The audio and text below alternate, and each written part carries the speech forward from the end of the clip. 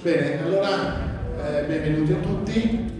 Prima di cominciare faccio una comunicazione di servizio per chi ha dato l'indirizzo mail per ricevere appunto l'annuncio di tutte quelle che sono le nostre iniziative per quel che riguarda le proiezioni di viaggio. Ecco, volevo dire, ci sono un paio di indirizzi mail che ci tornano indietro, quindi se qualcuno di voi l'ha dato e vede che non arriva, casomai se lo riscrive magari in stampatello, che così lo reinseriamo. Qualcuno mi ha detto, ma come mai io non ho ricevuto la mail per l'ultima proiezione di Sergio Baccher? Questo perché avete dato l'indirizzo per le proiezioni di viaggi e molti di voi avranno notato che sono due colori diversi le locandine che vedete fuori, quelle dei viaggi che sono in pari di colore verde, mentre invece che sono di colore rosso quelle le serate dedicate ai fotografi. E Sergio Baccher l'ultima volta era inserito per i fotografi, è un fotografo naturalista, quindi sicuramente sarebbe piaciuto anche a chi segue i viaggi, però proprio per non inondarvi di mail generalmente vi mandiamo quelle dei viaggi. Adesso dicevamo qui con gli amici di Inquadra che eventualmente, siccome sono alternate viaggi e fotografi, magari a partire dalla prossima volta, quando vi mandiamo l'annuncio, vi ricordiamo la serata delle serate di viaggi, vi metteremo anche il volantino della serata successiva dei fotografi, se vi interessa bene, altrimenti avrete speso un clic. Tra l'altro il prossimo sarà un fotogiornalista e sarà esattamente fra una settimana. Bene, cominciamo. Ambrogio Rebellato viene da Montebelluna, quindi relativamente vicino, è un viaggiatore appassionato in particolar modo di India, per essere stato 7-8 volte, se ricordo bene. Questo che vedremo è uno dei viaggi molto vicini prima del lockdown, in una regione un po' particolare, ve ne parlerà lui, quindi io non mi dilungo oltre e vi auguro buona visione. Tu puoi passare il minuto?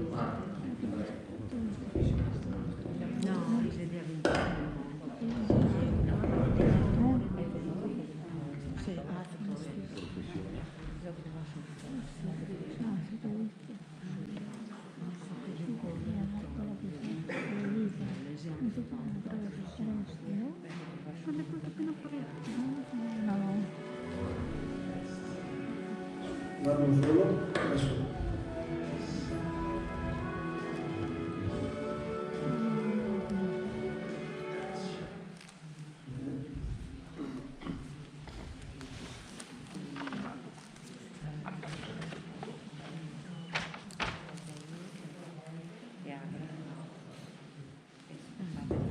E allora, buonasera, grazie a Danilo per avermi invitato per presentare questo viaggio che ho fatto. L'ho fatto a ottobre del 2018, poi secondo tutto come è andato, nel 2019 sono stato nel deserto del Kalahari e poi dal 2020 quindi sono fermo. Allora, come dicevo, il viaggio fatto nel 2018, un viaggio di 17 giorni, e il viaggio, questo è stato fatto in India, come diceva Danilo, questo è il secondo viaggio in India, e dopo ho visitato l'India dei grandi monumenti, parlando da Delhi, Bombay, la zona del Gange, aver visitato le montagne Himalayane con un trekking in Ladakh di 300 km, il Gujarat, i Ravari, i nomadi, il deserto, eppure i viaggi etnici nella zona del Nagaland, dove ci sono i territori testi, oppure gli Apatani nell'Andhra Pradesh, visto i rinoceronti nella zona dell'Assam. La mia compagna aveva deciso di fare questo viaggio in Orissa, dove si poteva alternare alle etnie che noi, a me piace vedere queste zone un po' particolari, un po' rurali dell'India, e la tigre. La tigre avevo provato a vederla un paio di volte in un viaggio fatto in India nel 2000, 22 anni fa, e non ero riuscito a vederla, ma non era un viaggio dedicato, questo era un viaggio che si chiama, io sono un direttore di avventure, un coordinatore di avventure, il viaggio si chiama Tigri, Templi, Tribù. I templi si vedono perché sono statici, le tribù ci sono perché ci sono, la tigre è sempre, non si sa, la tigre ti vede, non è cercato che noi vediamo la tigre. Poi vedremo se sono stati fortunati da questo viaggio. Come dicevo, un viaggio di 17 giorni, la zona che abbiamo visto è la zona che si trova, allora abbiamo l'Orissa, che è sulla destra, sotto il Bengala, il Chhattisgarh, lo stato quello vicino, e la parte sud del Madhya Pradesh. Madhya Pradesh l'abbiamo visto in maniera marginale. Il Chhattisgarh è uno stato relativamente giovane, è stato fondato nel 1950, uno stato prevalentemente agricolo, adesso sta industrializzando, l'India sta cambiando come sappiamo tutti, e invece la parte finale è l'Orissa con le sue tribù, i suoi mercati settimanali, questo viaggio che segue i mercati, di solito un viaggio che si fa partendo dalla capitale dell'Orissa, da Bhubaneswar, si fa in senso orario, seguendo i mercati e le tribù. Allora, apro una parentesi, una volta, fino a pochi anni fa, quando si visitavano le etnie, le tribù e i villaggi dell'Orissa, si poteva dormire tranquillamente nei villaggi, logicamente non c'era bisogno di presentarsi, bisogna pagare il capo villaggio, ci si organizza, si poteva dormire abbastanza liberamente fuori dal villaggio, si metteva la tenda e si dormiva. Poi c'è stata una cosa incasciosa con un fotografo italiano, un pseudo guida, che ha fatto delle foto che non poteva fare, hanno chiuso questa cosa qui. Per alcuni anni si potevano più visitare i villaggi, recentemente hanno riaperto i villaggi, però si possono visitare solo andando e uscendo dal villaggio la sera, non ci si può più fermare a dormire in questa zona qui. Allora i villaggi adesso si riescono a vedere solo di giorno, oppure bisogna vedere queste persone durante i mercati settimanali che si trovano. Allora, come dicevo, il viaggio di solito c'è su orario, si parla di Bhubaneswar, si scende, si arriva, questa è una zona abbastanza grande da visitare, si visitano questi tribù, questi mercati, poi si sconfina nel Chhattisgarh, qui si vedono dei villaggi molto rurali dove ancora si può vedere la lavorazione del bronzo, chi fa come si chiamano, i bidi a mano, sono le famose sigarette indiane, oppure la lavorazione delle stoffe, i cestini. E allora in questi villaggi si riesce a vedere la manualità di questi artigiani indiani. E poi, fortuna ha voluto, noi eravamo un gruppo solo di 4 persone, quando in questi villaggi non eravamo invasivi, perché sono villaggi molto piccoli. E se te arrivi un gruppo di 20 persone, logicamente vai a scombinare il villaggio, perché sono solo in 4, si riusciva tranquillamente a parcheggiare la jeep fuori dal villaggio, presentarsi al capo tribù tramite la nostra guida e si riusciva a girare nei villaggi tranquillamente senza essere invasivi nel villaggio. E per poi allora, abbiamo tagliato il Chhattisgarh con i loro villaggi rurali per poi finire il viaggio nella parte Madhya Pradesh, dove ci sono 2 parchi che visiteremo per vedere la tigre. Questo era l'itinerario di viaggio. Purtroppo abbiamo dovuto girare al contrario perché siamo andati il 2 di ottobre, dove c'è poco turismo straniero, però c'era una festa nazionale e tantissimi indiani avevano portato il parco. Siccome il parco era un modo chiuso e 8 persone non possono entrare per non essere troppi per fastidire le tigri, e noi hanno portato il viaggio era, i parchi erano già pieni, ho dovuto girare il viaggio, partire prima dalla tigre, fare la parte contraria poi il Chhattisgarh e l'Orissa, facendo così ho perso un mercato e un'etnia, però vuol dire che sarà destinazione per un'altra volta. E questo per quanto riguarda il viaggio che è stato fatto. Allora, cini storici, non faccio cini storici dell'Orissa, del Chhattisgarh, perché poi su queste informazioni tecniche sono poi interessato a capire esattamente la zona, sono zone abitate da migliaia di anni, queste tribù sono tribù che sono rimaste isolate per centinaia, migliaia di anni, solo negli ultimi anni si sono aperte non solo al turismo europeo, al turismo in generale, si sono aperte anche tra di loro perché fino a pochissimi anni fa queste tribù erano completamente isolate anche dagli indiani. Infatti loro avevano le loro tradizioni, i loro costumi, anche adesso mischiandosi tra di loro non c'erano più proprio quel segno distintivo che era facilmente riconoscibile fino a pochi anni fa, perché logicamente gli uomini portano i dotti, il pantalone, non portano più il parizoma, se la donna portava il sole sari bianco di cotone tessuto a mano, adesso magari prendono il sari colorato, però alcuni tratti ancora tipo anelli, tipo conciature, si riescono a vedere e distinguere le tribù.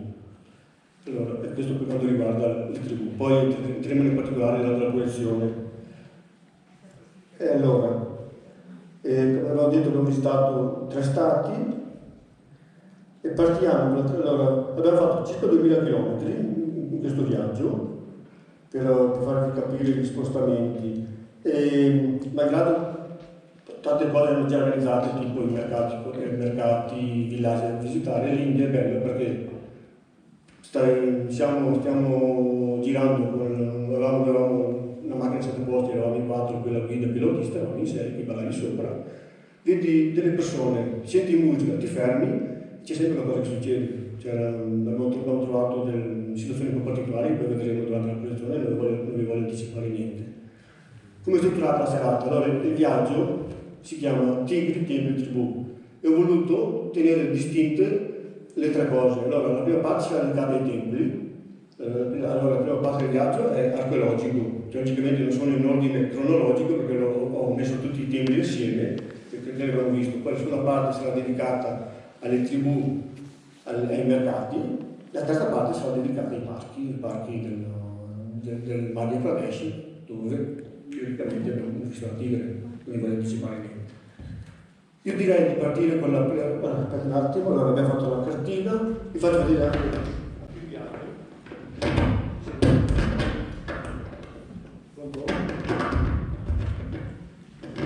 Usa il gelato. Ok. Pronto, si sente? Ok, si sente?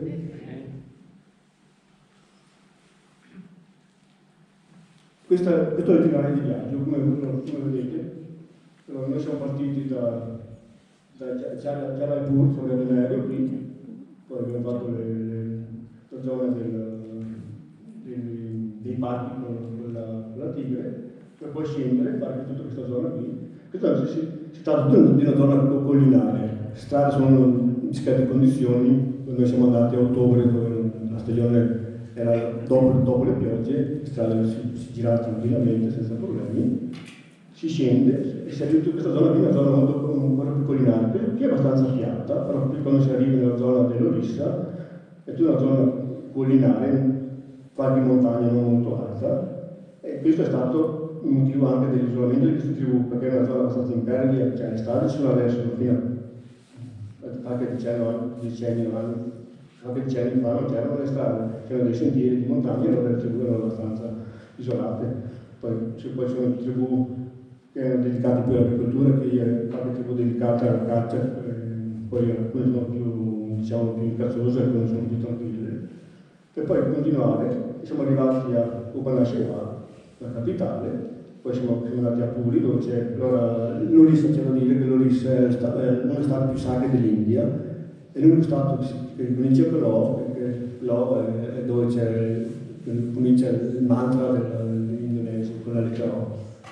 E qui c'è il tempio di Puri, che non è visitabile a noi turisti, bisogna essere induisti, bisogna essere dichiarati induisti, perché non è che ti presenti lì e ti dici sono induista, ti fanno delle domande anche per sapere se te sei induista o no. E allora noi abbiamo visitato una coppia di questo tempio che si trova dall'altra parte dell'India, perché questa è una zona qui che purtroppo non si può visitare.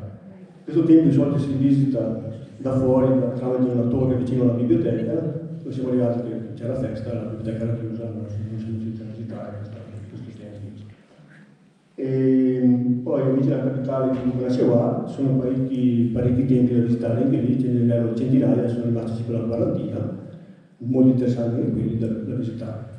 Io direi di partire dalla prima proiezione. Come dicevo prima, la proiezione è dedicata ai templi.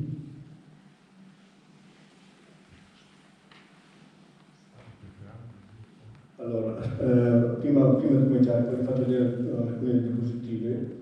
Allora, questo è il tempio, la replica del tempio di Puri, si trova nella zona, il tempio si chiama Budhumpur. Allora, come dicevo, questa è una copia del tempio di Puri che non si può visitare. Questo è il tempio invece di Boromdeo, dedicato a Shiva. Questo richiama un po' l'arte di Khajuraho, l'arte del Kama Sutra, poi vedremo alcune foto. E questo invece è il tempio di Karna, il tempio del dio Sole, che adesso è in restauro.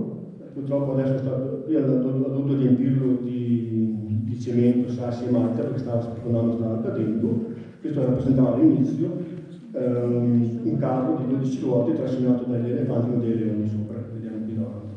Poi vedremo in particolare la proiezione. E questo tempio è uno dei templi, è una delle meraviglie dell'Unesco, è una cosa spettacolare da visitare. Partiamo con la proiezione.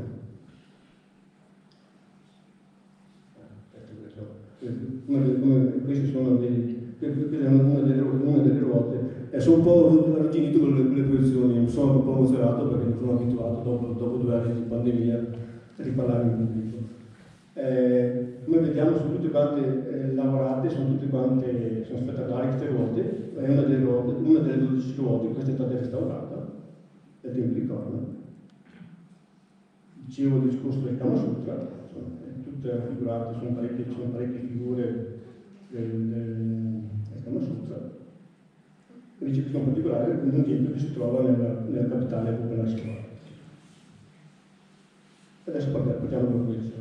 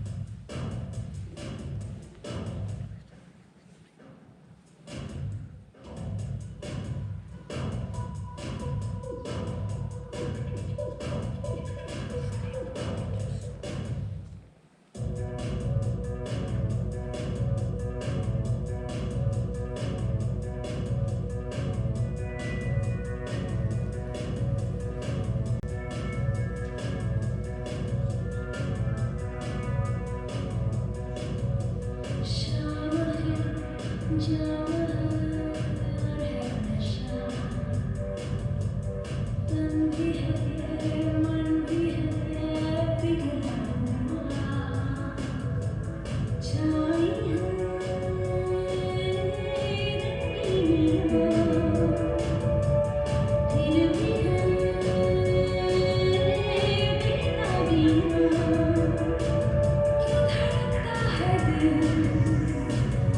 ये कहता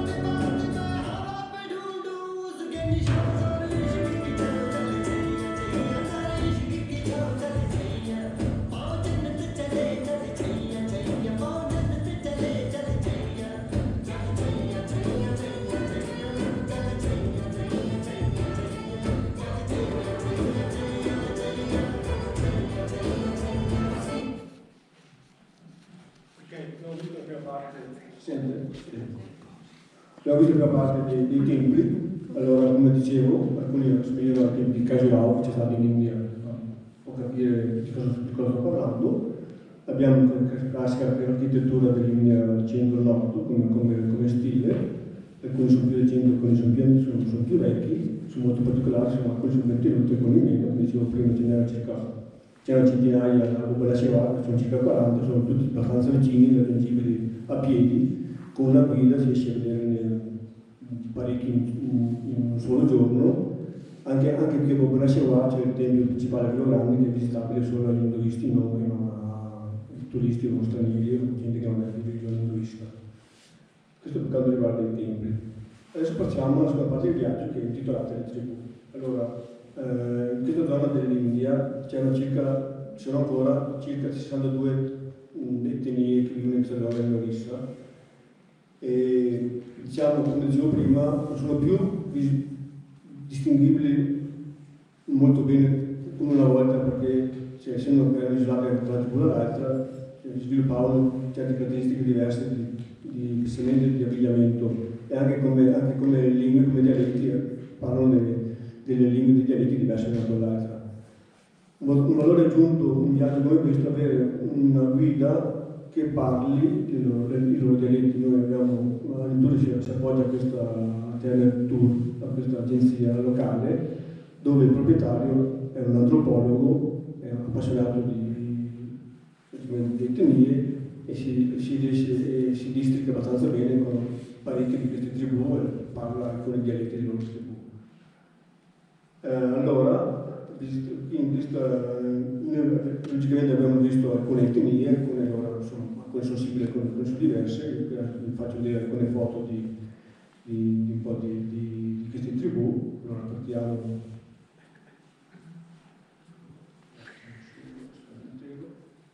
Questa per esempio dell'etnia si chiama Bison on Maria, e questo è il vestito tradizionale dei matrimoni. Logicamente noi siamo arrivati in questi villaggi, abbiamo visitato un paio di villaggi loro, e poi allora o hai la fortuna di andare a un matrimonio, o hai la fortuna di andare a un festival, oppure vai in un villaggio e ti organizzi con quel capovillaggio e ti organizzano le danze in loco, come fanno in parecchie parti del mondo, non solo in India, ma è successo questa cosa in parecchi viaggi dove mi ricordo più che fatto in Mali nel 98, dove tra i Dogon, per delle danze tipiche, logicamente si organizza, si dà. Era un sistema anche per incentivare le tribù a non perdere le tradizioni, paghi una certa cifra che va a capovillaggio che poi distribuirlo con vari partecipanti, in maniera da portare un po' di ricchezza nel villaggio senza passare attraverso altre persone. Allora, questo è il vestito tradizionale della donna. Qui vediamo invece il copricapo tradizionale dell'uomo, vediamo le lunghe corna, il conchiglie davanti che copre il viso. Questa è della tribù della Longhorn Maria, o Maria, adesso non so l'accento dove va esattamente.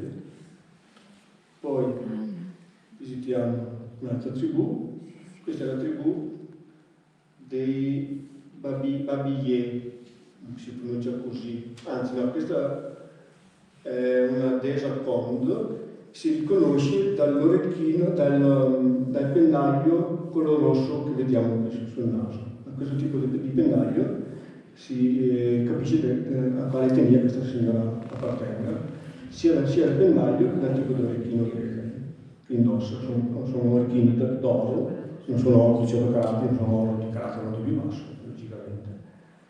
Questa è questa signora. Questa è sempre l'etnia della stessa etnia, infatti come possiamo vedere abbiamo il pendaglio color rosso.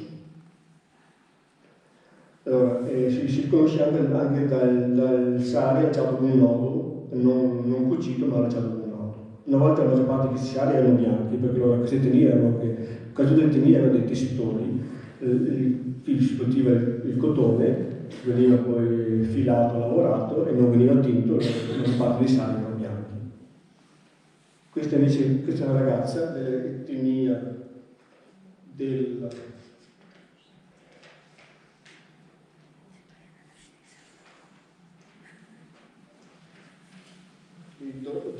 Dogorigia, e si può capire dal tipo di capigliatura molto elaborata, e loro portano 3 anelli al naso in questa maniera. È il sari bianco.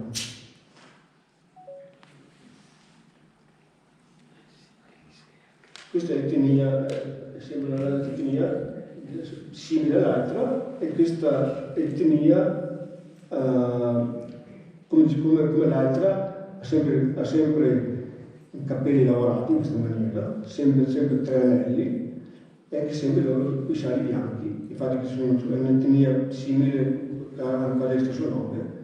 Questi si vedono durante i mercati, questi non li vedi in villaggi, li vedi solo nei mercati, queste signore. E gli incontri nei mercati, loro fanno un'agricoltura, in queste zone fanno la maggior parte dell'agricoltura di sussistenza. E loro poi vanno nei mercati per scambiare, per scambiare i prodotti, per cui c'è ancora molto il baratto in voga, praticamente c'è anche un scambio di denaro, e comprano quello che loro non riescono a coltivare, tipo lo zucchero, il sale e quelle cose che gli servono per vivere.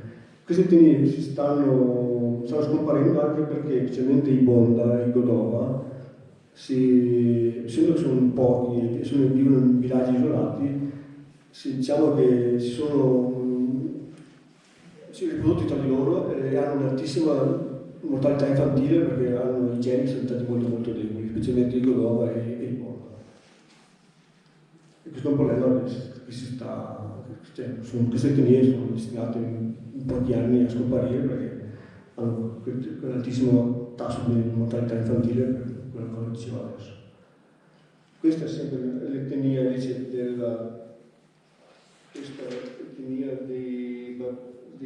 Babillier. Si conosce da questi tipi di anello al naso, questi 2 orecchini al naso. Queste sono tutte foto prese nei mercati. Questa si chiama Mali come etnia, sari bianco, 3 tipi tre orecchini. Loro non portano cavigliere, non portano tatuaggi, questa etnia. Tantissime etnie hanno tatuaggi, ma non sono tatuaggi sulle elaborati, sono più scarificazioni, sono tutti i puntini che si fanno sulle braccia e sulle gambe. Questi Mali sono famosi per essere dei bravissimi coltivatori. Loro abbiamo visitato i loro villaggi, sono molto ordinati e vivono in zone forse saranno facilitate anche perché è una zona abbastanza fertile, abbiamo visto coltivare cotone e altri tipi di ortaggi, sono molto bravi a coltivare, è tutto anche preciso, ben pulito, ben lavorato la zona, tutta irrigata a mano, tutta irrigata con dei canali artificiali. E qui vediamo l'etnia forse più particolare della zona, i Bonda. Queste Bonda allora sono piccoline, hanno i capelli corti, no, questa è una figura intera. Adesso negli ultimi anni usano questo mantello blu, fino a pochi anni fa lo giravano proprio per il perizoma. Queste collanine, sono decine di collanine che coprono i seni e hanno questi collari di alluminio, di ottone, che vanno a cingere il collo. No, vediamo, non hanno cavigliere, capelli molto corti, rasati, e indossano sopra tutte perline. E poi invece hanno degli orecchini molto molto elaborati. Vediamo questa foto, è la foto che abbiamo visto prima nel desktop del computer. Vedete tutte queste perline, capelli rasati corti, questi orecchini molto elaborati e questi famosi anelli che vediamo.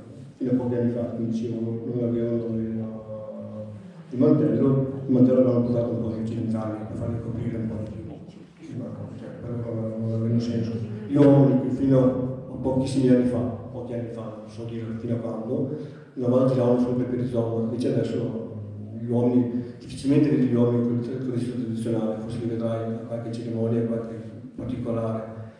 Gli uomini adesso usano il dhoti indiano oppure i pantaloni, i jeans, e si vedono raramente. Invece questa è una Godova, e queste se prima si Bonda sono pochi, circa 9.000, questi sono poche centinaia rimasti. Il villaggio, il mercato che abbiamo visto, il mercato di scusi il nome, Occuvali mi sembra. In questo mercato qui stavamo andando via, sono arrivate queste due donne, due signore, che sono delle poche rimaste, vestite con il loro vestito tradizionale. Loro hanno solo, di solito hanno 3 anelli, queste ne avevano solo 2, e anche loro hanno degli orecchini molto particolari, molto impegnativi, insomma, vediamo, quasi non si vede, è molto appariscente come l'orecchino, che non è oro, nemmeno questo penso sia oro, penso che sia ottone. Concerture abbastanza elaborate, e queste sono rimaste veramente in poche, sono pochissime da vedere. Non si pensava neanche di vederle, poi la guida, noi stavamo andando via, ha detto aspettate un attimo, stanno arrivando, poi capiscono quando stanno arrivando, loro si parlano, e sono arrivate, ma ho avuto la fortuna di vedere questi temi. Ok, adesso vi faccio partire.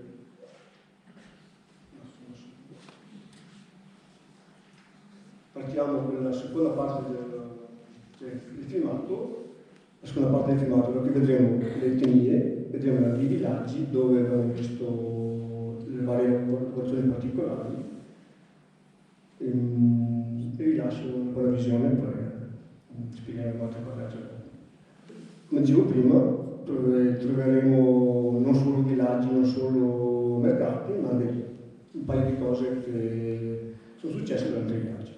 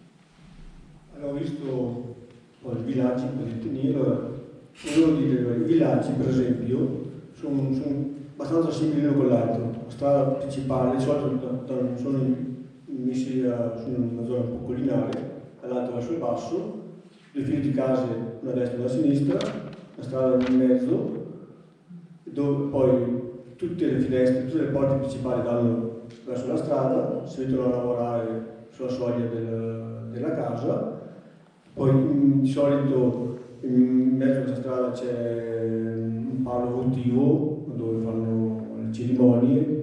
Questi più o meno i villaggi sono fatti tutti così, alcuni sono con le case in pietra, alcuni con le case in paglia, alcuni con metà pietra e metà paglia. Negli ultimi anni l'India ha adottato la politica, ogni casa ha un bagno. I bagni non all'interno della casa, sono bagni fuori come si usavano una volta da noi fino a 50 anni fa, però stanno cercando di fare in questi villaggi remoti ogni casa un bagno, in maniera da evitare che la gente vada a fare i propri bisogni in giro per le campagne o per strada o dove si trova. Stanno cercando di fare questa politica. E come un paio di chicche abbiamo visto altri viaggi, allora abbiamo visto c'era il trabusto del casino, della musica, c'erano queste donne sciamane che ballavano in maniera vorticosa, poi la guida ci spiegava che stavano cercando di liberare una persona secondo loro che era posseduta da uno spirito maligno, con questo rituale, con queste danze, con il suono del tamburo, ballavano, sudavano, gridavano per scacciare questo spirito maligno. Invece l'altra cosa per le bambine invece era il primo taglio dei capelli, la rasatura a un tempio. Allora siamo arrivati, la bambina stava strillando, stava piangendo. Noi, la mia compagna, lei non si può fare una cosa, aveva le bollicine dell'acqua sapone, le ha date, il bambino si è messo a giocare, un pianto e contenti i genitori dicevano no, ci ha fatto festa perché sono sentiti i capelli bambino senza più farlo piangere. E questo è stato il primo viaggio, possiamo dire, social, nel senso che questo viaggio, logicamente noi ci piace fotografare, siamo stati fotografati non so quante volte, non so quanti selfie abbiamo fatto in questo viaggio, ma non selfie da noi, ci chiamavano semplicemente i ragazzini per fare i selfie. Non so quante volte ci hanno chiesto poi in Facebook dove ci taggavano, ci mettevano loro con noi e ci taggavano su Facebook. Questo è stato il primo viaggio 4 anni fa, social anche per loro. E una cosa volevo dire, no, noi negli ultimi viaggi, questo, la Mongolia e anche l'altro viaggio in India, abbiamo comprato una Polaroid digitale. Perché cosa succede? Succede che te arrivi nei villaggi, scatti le foto e a volte le guardano nella tua macchina fotografica e gli piacerebbe avere una foto ricordo. Abbiamo deciso di fare questo investimento, che poi è un investimento nemmeno tanto oneroso, abbiamo preso sia una Polaroid che una Fuji. Allora arrivi nel villaggio, tiri fuori la macchinetta, cominci a caricarla, cominci a arrivare a persone un po' curiose, cominciano a guardare. Allora sul titubante fai la foto alla prima, poi aspetti un attimo, gli dai la foto, sorpresa, tutti vanno a vestirsi, prepararsi, si vedono addintati, gioielli, sari, pulito, bello, tutti pettinati, si fanno la foto. Allora per noi è bello perché di solito arrivi nei villaggi, la gente non è vestita a festa, nei mercati si va vestita a festa, come quando non si esce, ci si sistema per uscire. Allora quando vanno nei mercati si vestono con il vestito tradizionale, specialmente le donne. Quando sono a casa invece di solito si vestono normalmente come siamo noi. Quando hanno visto che si fanno le foto e gli lasciamo la foto ricordo stampata, è stato un tributo, cioè noi avevamo non so quante ricariche e le abbiamo finite tutte perché logicamente arrivi nel villaggio, poi si parti la voce, la foto anch'io, la foto del bambino, la foto della nonna, la foto dello zio, è divertente.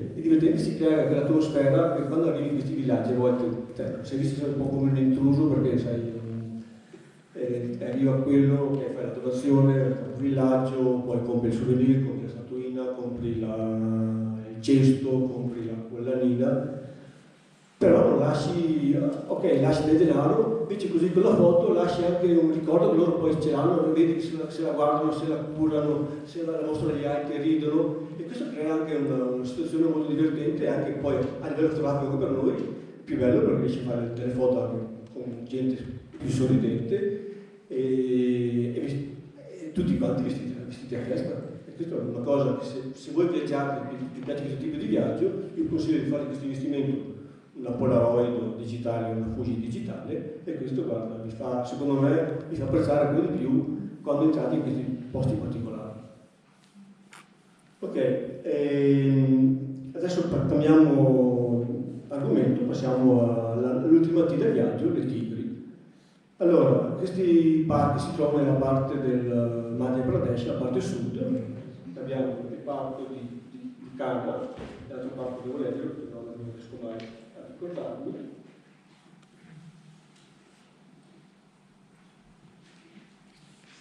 Ok, allora vi faccio vedere gli animali che abbiamo visto. Allora logicamente per esserci le tribù nei parchi bisogna ci siano anche delle prede. Abbiamo il cervo sambar maschio, che abbiamo la femmina invece, abbiamo il cervo pommellato, abbiamo dei gufi, abbiamo anche dei volatili, abbiamo un falco che mi sta mangiando, abbiamo anche dei ragni, questo è il ragno del legno, abbastanza grande, la mia compagna ha fobia dei ragni, per fortuna la tenevo distante. Abbiamo i sciacalli, abbiamo le scimmie, questa è la scimmia bianca. Questo è il punto della tigre. Abbiamo visto la tigre? No, non lo so. Allora, questi parchi sono il parco di Kanha, l'altro parco. Allora, sono parchi uno di 900 km2 e l'altro di 400 km2. Ci sono più o meno 100 tigri su ogni parco. Allora, a differenza del leone che è stato in Africa, nei vari safari, sai, se c'è una pianta, c'è il leone, vai lì e lo vedi perché sta all'ombra. Nella tigre è molto più difficile perché sono zone boscose, sono foreste, la tigre può essere appiattata a 3 metri e poi c'è il colore della vegetazione, se non si alza non si vede. Allora io direi di partire con l'ultimo tranche del filmato e vediamo se ci sarà questa digressione.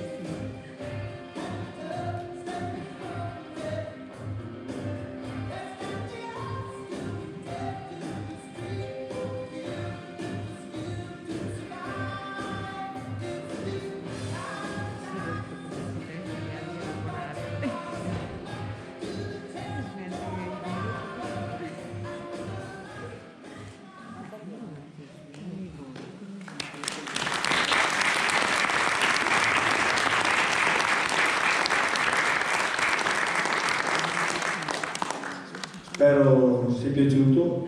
Io quando vedo la tigre mi emoziono ogni volta perché è un felino che è spettacolare da vedere, e poi non essendo facile da vedere, quando lo vedi l'emozione è veramente palpabile, perché non te l'aspetti, poi come dicevo prima è talmente difficile vederla, perché come ho visto nel filmato, quando si abbassa, che è rimasto fuori solo la punta delle orecchie così, cioè la puoi avere a 1 metro, non la vedi perché magari tu sei insieme a una jeep, sei sopra, anche le guide che sono preparate fanno fatica a vederle, e loro come si spostano? Si spostano sentendo il rumore degli animali nella foresta.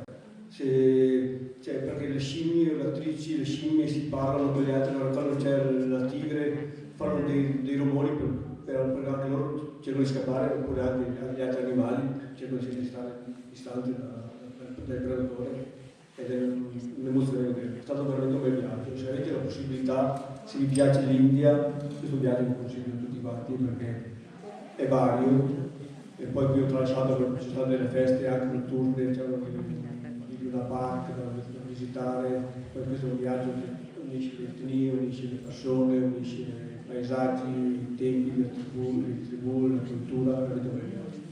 Siete come siamo contenti?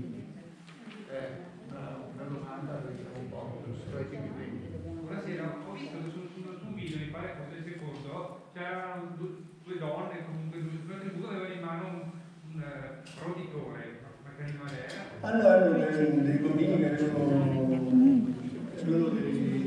loro, come si chiamano? Cani? Sì, erano tipo dei criceti che usano come animali. Così come poi per cani. Sì, sì. Allora, anzi, questi bambini sono quando sono andati a prendere, ti faccio vedere che perché loro sono animali, ti faccio vedere anche la compagnia. Noi avevamo i gatti, i cani non avevamo i criceti, c'erano anche i gatti non li ho visti. Sì, sì.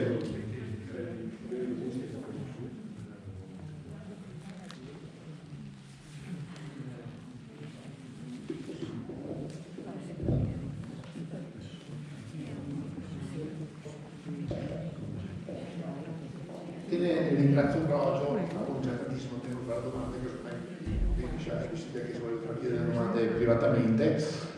Io vi ringrazio per la partecipazione, vi ricordo che la prossima proiezione sarà di Luca Pitton, lunedì 2 maggio, che ci porterà in Nepal, quindi resteremo in Asia, mentre invece per chi è interessato, fra una settimana esatta, cioè lunedì 11 aprile, ci sarà Stefano Covri, che è un fotografo che ci parlerà di fotogiornalismo formato d'opera.